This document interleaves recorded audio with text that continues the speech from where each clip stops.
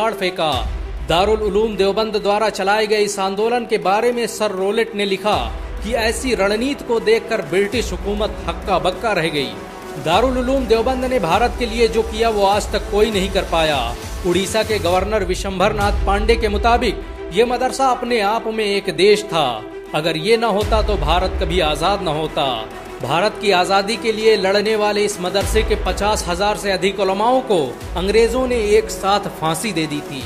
दारुल उलूम देवबंद को देखने के लिए हर साल लाखों लोग भारत आते हैं, जिससे भारत सरकार करोड़ों रुपए की कमाई करती है।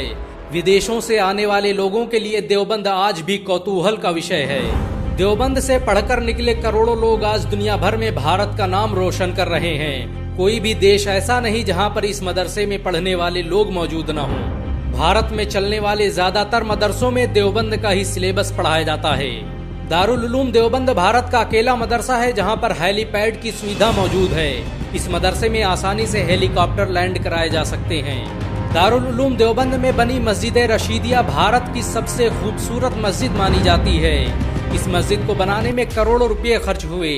ताजमहल के बाद ये भारत की अकेली इमारत है जिसमें सबसे ज्यादा संगमरमर का इस्तेमाल किया गया।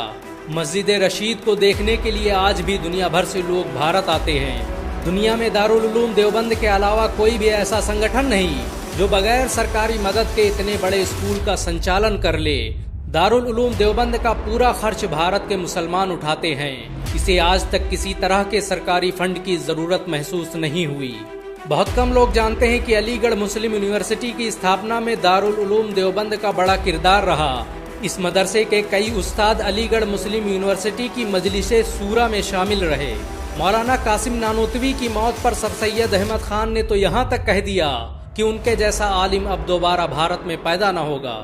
दारुल उलूम देवबंद की जब स्थापना हुई तब इसमें कोई पढ़ने वाला नहीं था, लेकिन आज उसी देवबंद में पढ़ने के लिए दुनिया के कोने कोने से लोग आ रहे हैं। देवबंद आज सिर्फ एक मदरसा ही नहीं, भारत की पहचान बन चुका है। इस मदरसे ने हर दौर में भारत के लिए सबसे ज्यादा कुर्बानियां दी। भारत को जब भी जरूरत पड़ी दारुल उलूम देवबंद हमेशा सीना ताने खड़ा रहा। दारुल उलूम देवबंद भारत के मुसलमानों की आन बान और शान माना जाता है। मुसलमान इसकी हिफाजत के लिए अपना सब कुछ कुर्बान कर सकते हैं। अगर एक मुसलमान